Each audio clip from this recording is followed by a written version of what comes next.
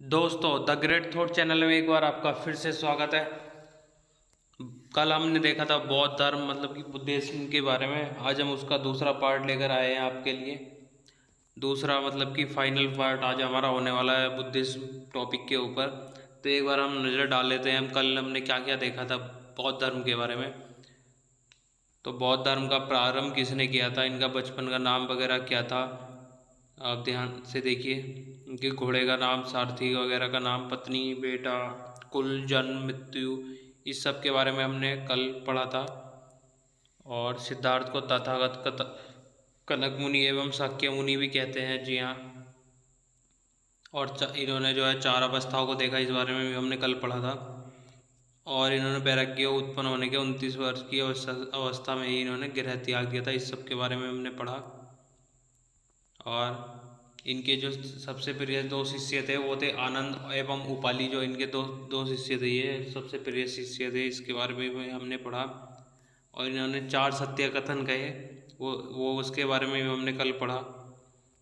और इच्छाओं पर नियंत्रण पाने के लिए इन्होंने 8 मार्ग बताए, जी हाँ 8 मार्ग मतलब जिसे अष्टांगिक मार्ग कहते हैं, वो इन्होंने 8 मार्ग बताए इच्छाओं पर नियंत्रण पाने के लिए। और महात्मा बुद्ध ने जो है अपने 3 दर्शन दिए, जिसमें पहला था अनेश्वरनाथ, दूसरा था शून्यवाद, तीसरा था क्षणिकवाद।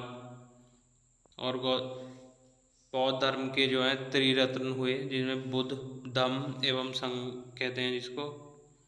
तो ये था दोस्तों हमारा इस पहले पार्ट का जो है ओवरऑल हमारा ओवरव्यू जो हमने पढ़ा। अब दूसरा पार्ट हम शुरू करने जा रहे हैं यहाँ से, तो मेरे साथ वीडियो के एंड तक बने रहिए। आज ये हमारा दूसरा और फाइनल पार्ट होने वाला बुद्धिज्म मतलब बौद्ध धर्म के बारे में। तो मेरे साथ वीडियो के एंड तक बने रहिए। तो चलिए पार्ट 2 हम आज शुरू करते हैं। तो दोस्तों, जैसा कि आप अपनी स्क्रीन के ऊपर देख सकते हैं, महात्मा बुद्ध की मृत्यु के बाद जो है बौद्ध धर्म के प्रचार प्रसार में जो है 4 बौद्ध संगीतियों का आयोजन किया गया। जी हाँ, 4 बौद्ध संगीतियाँ हुई महात्मा बुद्ध की मृत्यु के पश्चात। पहली संगीति जो हुई थी 483 ईसा पूर्व में राजगीर में हुई थी, जिसके जहाँ पर उस समय राजा थे अजात शत्रु, और जो पुरोहित थे वो थे महाकश्यप, जी हाँ।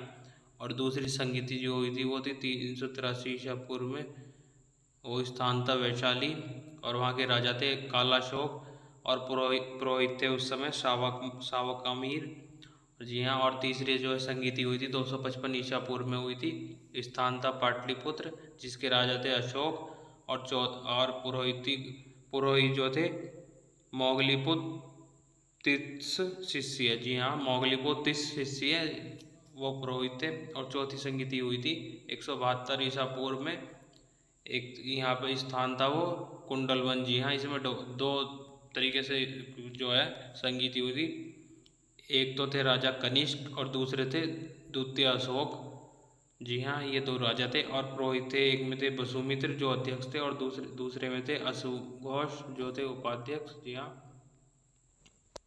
और 4वीं बौद्ध संगीति के बाद जो है बौद्ध धर्म के 2 भागों में बढ़ गए, जी हाँ। बौद्ध धर्म जो था चौथी संगीति होने के बाद 2 भागों में बढ़ गया। पहला था हीनयान, जी हाँ पहला था हीनयान। यह बौद्ध धर्म के उपदेशों के में कोई परिवर्तन नहीं करते थे, जी हाँ। जो हीनयान थे ये बौद्ध धर्म के उपदेशों में कोई परिवर्तन नहीं करते थे। और दूसरे थे महायान, जी हाँ महायान, यह महात्मा बुद्ध के उपदेशों में परिस्थिति के अनुसार परिवर्तन करते हैं, जी हाँ। ये परिस्थिति के अनुसार जो है महात्मा बुद्ध के उपदेशों में परिवर्तन किया करते थे। और जो है आगे जाकर जो है महायान शाखा शून्यवाद एवं वज्रयान शाखा में टूट गया, जी हाँ। जो महायान था वो भी 2 शाखाओं में जो है टूट गया। पहला था नागार्जुन शून्यवाद को मानते थे जो पहले थे, और दूसरे थे वज्रयान शाखा वाले जो हैं बौद्ध धर्म के विनाश का कारण था, जी हाँ। नागार्जुन जो थे शून्यवाद को मानते थे, और जो वज्रयान जो थे वो बौद्ध धर्म के विनाश का कारण था, जो है वज्रयान शाखा जो थी। इसमें मदिरा, मूर्ति पूजन, वैश्यावृत्ति की अनुमति थी, जी हाँ। इसमें वैश्यावृत्ति, मूर्ति पूजन, मदिरा आदि की जो है अनुमति थी। और भागलपुर के विक्रमशील विश्वविद्यालय चीन, थाईलैंड आदि में वज्रयान शाखा है, जी हाँ। वज्रयान शाखा जो है भागलपुर के विक्रमशील विश्वविद्यालय एवं चीन, थाईलैंड आदि में जो है वज्रयान शाखा मौजूद है।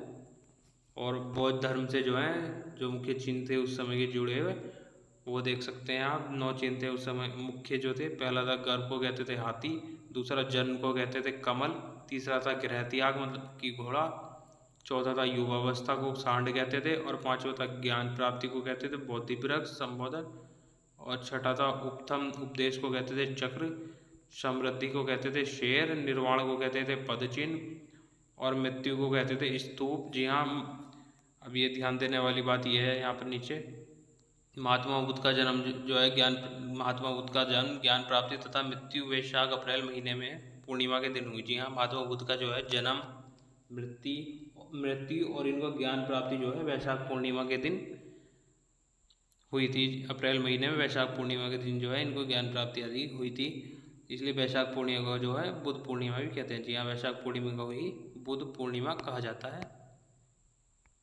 और जैन धर्म तथा बौद्ध धर्म में समानता। जी हाँ, जैन धर्म और बौद्ध धर्म में समानता की बात की जाए तो ये दोनों जो है ईश्वर के अस्तित्व को नकारते थे। जी हाँ, ये ईश्वर के जो है अस्तित्व को नहीं मानते थे।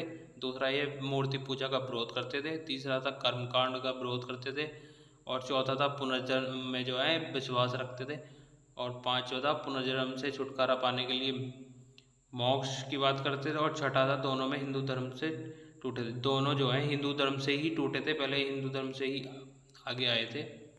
और बौद्ध धर्म या जैन धर्म में अंतर। जी हाँ, जैन धर्म और बौद्ध धर्म में अंतर की बात की जाए तो बौद्ध धर्म जो है, बौद्ध धर्म के अनुसार मोक्ष में सबसे बड़ी बाधा इच्छा थी। जी हाँ, इनके अनुसार जो है मोक्ष में जो है सबसे बड़ी बाधा जो है इच्छा थी, और जैन धर्म के अनुसार जो है सबसे बड़ी मोक्ष में बाधा जो थी वो आत्मा थी। जी हाँ, और दूसरा अंतर जो है इसमें ज्ञान प्राप्ति को मोक्ष कहा गया। जी हाँ, ज्ञान प्राप्ति को जो है बौद्ध धर्म में जो है मोक्ष कहा गया, और जैन धर्म में जो है ज्ञान प्राप्ति को कैवल्य कहा गया। तीसरा इसमें अंतर है, इसमें ज्ञान प्राप्ति के लिए अष्टांगिक मार्ग बताया गया है। जी हाँ, ज्ञान प्राप्ति के लिए जो है इसमें अष्टांगिक मार्ग बताया गया है बौद्ध धर्म में, और जैन धर्म में जो है इसमें ज्ञान प्राप्ति के लिए संलेखना बताया गया। जी हाँ, संलेखना जो है संलेखना जो है इसमें ज्ञान प्राप्ति के लिए जो है जैन धर्म में बताया गया। और बौद्ध धर्म के आगे बढ़ने के कारण जो थे, जी हाँ देख सकते हैं आप, जैन धर्म की भाषा जो है प्राकृत भाषा थी, जो कि बहुत ही कठिन भाषा थी। जहाँ जैन धर्म की, जैसे कि हमने पहले भी पढ़ा है जैन धर्म वाले टॉपिक में अपने लेक्चर में, कि जैन धर्म की जो भाषा थी वो प्राकृत भाषा थी, जो कि बहुत कठिन थी। जबकि बौद्ध धर्म की जो भाषा थी वो पाली थी, जो उस समय की सबसे लोकप्रिय भाषा थी। जी हाँ, जैन धर्म में सबसे बहुत ही कठोर नियम थे। जी हाँ, जैन धर्म में जो है काफ़ी कठोर नियम थे, जबकि बौद्ध धर्म के नियम सरल थे। और जैन धर्म में महिलाओं को सम्मान नहीं दिया गया, जबकि बौद्ध धर्म में जो है महिलाओं को बराबरी का अधिकार दिया गया। जी हाँ, जैन धर्म में ब्रह्मचर्य तथा अहिंसा पर बहुत अधिक ध्यान दिया गया। जी हाँ, जैन धर्म में जो है ब्रह्मचर्य तथा अहिंसा पर जो है काफ़ी ध्यान दिया गया, जबकि बौद्ध धर्म में इस और कोई ध्यान नहीं दिया गया। और पांचवा आता है हमारा, जैन धर्म में निवस्त्र रहने का प्रावधान था। जी हाँ, जैन धर्म में जो है जो श्वेतांबर थे वो तो वस्त्र पहनते थे सफ़ेद रंग के, और जो दिगंबर जो थे वो वस्त्र नहीं पहनते थे। जी हाँ, जैन धर्म में जो है निवस्त्र रहने का प्रावधान था, जो असभ्य प्रतीक होता है। जी हाँ, जबकि बौद्ध धर्म में निवस्त्र रहने का कोई प्रावधान नहीं था। और जैन धर्म में केवल 2 ही संगीतियाँ हुई, वो भी 900 वर्ष के अंतराल पर हुई। जी हाँ, जैन धर्म में जो है केवल 2 ही संगीतियाँ हुई थी, वो भी 900 वर्ष के अंतराल पर हुई थी। और जबकि बौद्ध धर्म में जो है 4 संगीतियाँ हुई, वो भी 100 वर्ष के अंतराल पर हुई। और जैन धर्म को बड़े बड़े राजाओं का समर्थन नहीं मिल सका। जी हाँ, जैन धर्म को जो है किसी बड़े राजा का समर्थन नहीं मिला था। और जैन धर्म को मानने वाला प्रमुख राजा चंद्रगुप्त मौर्य तथा खारवेल थे। जी हाँ, जैन धर्म को मानने वाले प्रमुख राजा जो थे वो चंद्रगुप्त मौर्य एवं खारवेल थे। जबकि बौद्ध धर्म जो है बड़े बड़े राजाओं का संरक्षण मिला। बौद्ध धर्म मानने वाले प्रमुख राजा अशोक, कनिष्क, पालवंश, चीन, पूर्वी एशिया थे। और जो है जैन धर्म तथा बौद्ध धर्म दोनों के विनाश के कारण, जी हाँ, विनाश के कारण की बात की जाए जैन धर्म और बौद्ध धर्म के बारे में, तो ये देखिए दोस्तों, दोनों ही धर्म हिंदू धर्म के कुरीतियों के विरुद्ध आवाज़ उठाकर आगे बढ़े थे। जी हाँ, हिंदू धर्म की कुरीतियों के विरुद्ध जो है ये आवाज़ उठाकर आगे बढ़े थे। इन लोगों ने मूर्ति पूजा तथा कर्मकांड का विरोध किया। जी हाँ, कर्मकांड और मूर्ति पूजा का जो है इन दोनों धर्मों ने विरोध किया, किंतु कालांतर में इन लोगों में भी कुरीति आ गई। जी हाँ, कालांतर में जो है इनके अंदर भी कुरीति आ गई। इन लोगों ने भी मूर्ति पूजा तथा कर्मकांड प्रारंभ कर दिया। जी हाँ, एक तो ये मामला बनता है हमारा, और दूसरा पॉइंट बनता है हमारा, दोनों धर्मों ने हिंदू धर्म के जाति प्रथा का विरोध किया। जी हाँ, जो दोनों धर्म थे वो हिंदू धर्म की जाति प्रथा का जो है विरोध करते थे, किंतु कालांतर में इनमें भी जाति व्यवस्था आ गई। जी हाँ, बाद में जो है इनके आगे चल के इनमें भी जाति व्यवस्था आ गई। बौद्ध धर्म तथा जैन मठों के जो है मठाधीश धार्मिक बिंदुओं पर कम ध्यान देने लगे। जी हाँ, धार्मिक बिंदुओं पर जो है इनके मठों के जो है मठाधीश वो कम ध्यान देने लगे और तथा भोग विलास में लग गए। जैन तथा बौद्ध धर्म की कमजोर स्थिति का फायदा उठाकर शंकराचार्य ने हिंदू लोगों को जागरूक किया। साथ ही गुप्त काल के राजाओं ने हिंदू धर्म में अनेक त्योहार आदि जोड़कर हिंदुओं को एकत्रित कर दिया। तो ये हमने देखा बौद्ध धर्म एवं जैन धर्म के जो है विनाश का कारण। तो दोस्तों यहाँ पर हमारा जो है बौद्ध धर्म मतलब कि बुद्धिज्म टॉपिक जो है दूसरा पार्ट मतलब कि हमारा फाइनल पार्ट जो है यहाँ पर हमारा समाप्त होता है।